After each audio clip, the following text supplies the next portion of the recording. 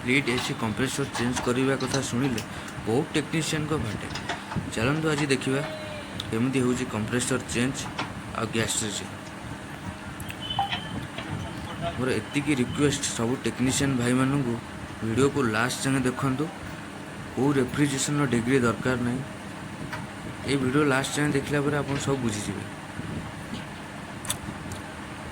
आगू को जीवा आगु मोर एतिकी रिक्वेस्ट चैनल को सब्सक्राइब करेंगे, वीडियो को लाइक करेंगे, आ कमेंट रे कहे आगू को कौ वीडियो देखा चाहते।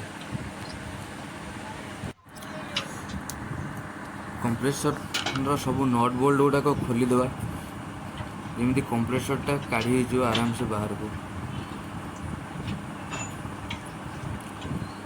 बहुत खरा हो तथापि कम ये नट बोल्ट खोलला ये आम नहीं गोटे को छाई जगह देखी कम कर।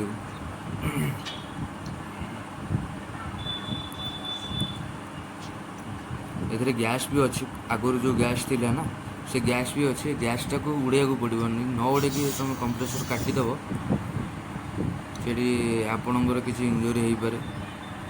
कम करा सब शांत माइंड रे काम करवा दरकार। जिते भी गैस अच्छी सब उड़ेदेवा। बर्तमान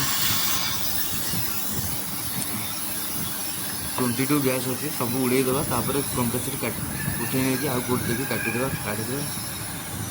ठीक अच्छे देखो केमी बाहर गैस।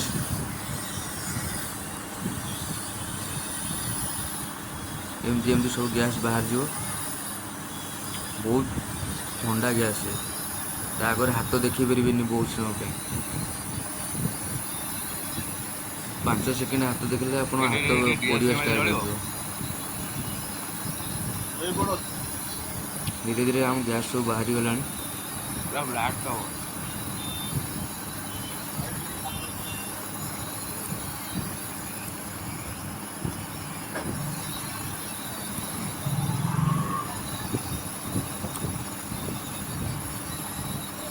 हाँ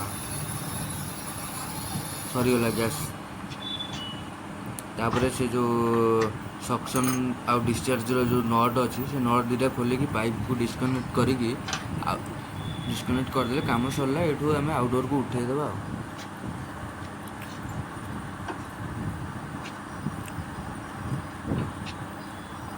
यहाँ बहुत आराम से खोलिए, ना जब भांगीज से नट बोल्ट से भांगीगला पुणी आहरी असुविधा हो, आहरी पैसा खर्च हे, कस्टमर पुणी राजी हम न हम असुविधा। आराम से खोलिए सब यहाँ। यहाँ हूँ निंजा टेक्निक खोलियार। देखो कि खोला हो देखले तो कमी आराम से खोलीगला।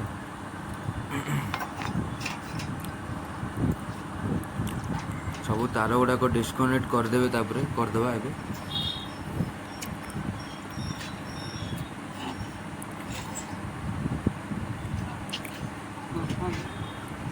कंप्रेसर ये उठे पूरा छाई जगह को निया आम ए ब्रेजिंग साहाय्य कंप्रेसर रु ता जो पाइप को डिस्कनेक्ट करवा। तापर कंप्रेसर जीवा नुआ कंप्रेसर लगेगा। ये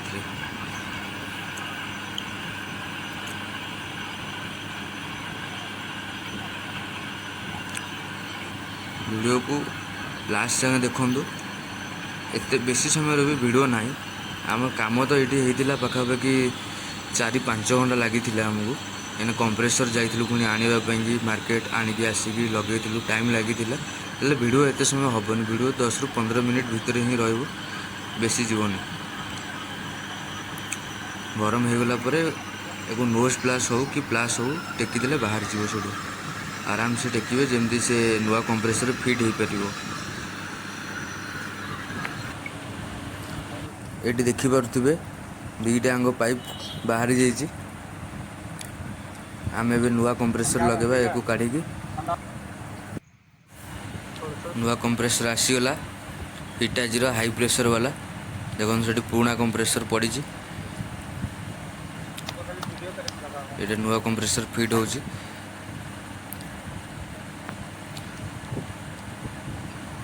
यार नट फट सब फास्ट फिटिंग कर देगी तापर पाइप लगेदेवा।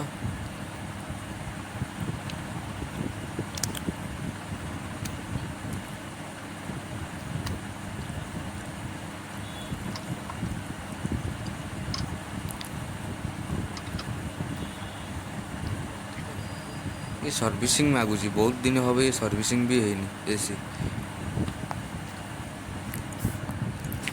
देखिपे दुईटा पाइप केमती लगाला तार जो दुईटा होल थिला से दुईटा होल लगाला यापर या आम ब्रेजिंग एवं करदे ब्रेजिंग करदे काम सरला खाली तापर कनेक्शन रहीगला कनेक्शन फोटोटा मु आपको लास्ट देदेवी वीडियो लास्ट से देखिए आप जापर केमती कैपेसिटर रू कनेक्शन होती कंप्रेसर को केमती कनेक्शन होती फैन मोटर को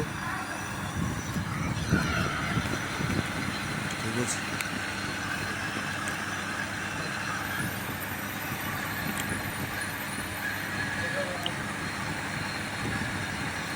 ब्रेजिंग होगला आमर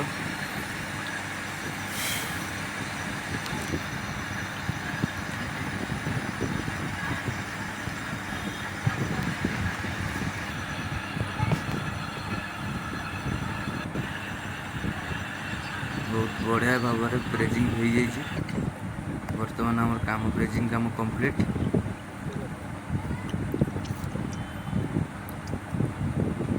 कंप्रेसर नट सब भलसे टाइट करेंगे जमी वाइब्रेट रे नहले कंप्रेसर हल्व सब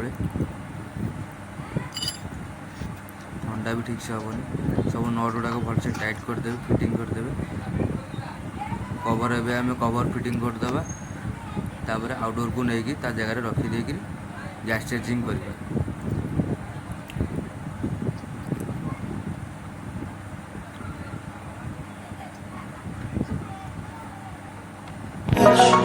Feel like I'm floating through the air. The pain I felt is paid for, all is said and done. Oh,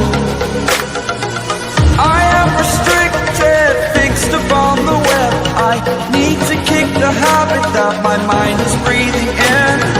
Break out, I've got to see.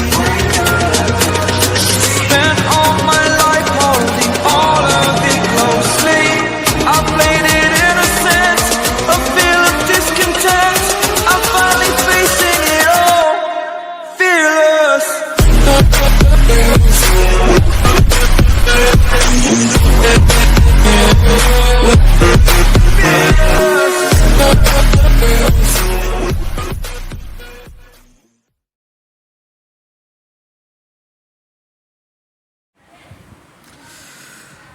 Fitting काम बर्तमान सरी जाइए गैस चार्जिंग करवा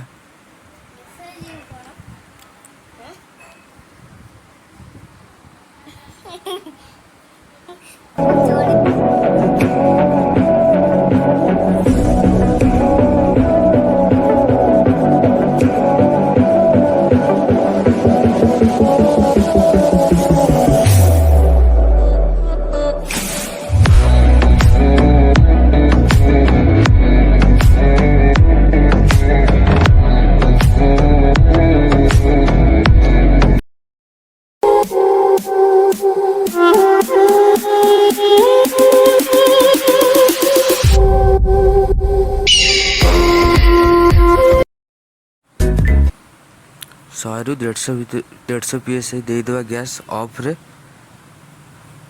तापर AC टाक on करदेला जी gas हो जाऊँ मनकर हो 30-40 जी भी हम आम 50-55 दे छाड़दे तापर ठंडा हवा स्टार्ट हो ही रुए 22 अच्छे 1.5 टन चलीज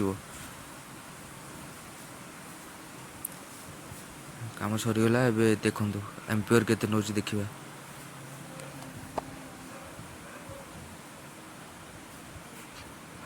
ठीक अच्छे एम्पियर भी ठीक अच्छे आउ टिके गैस देदेव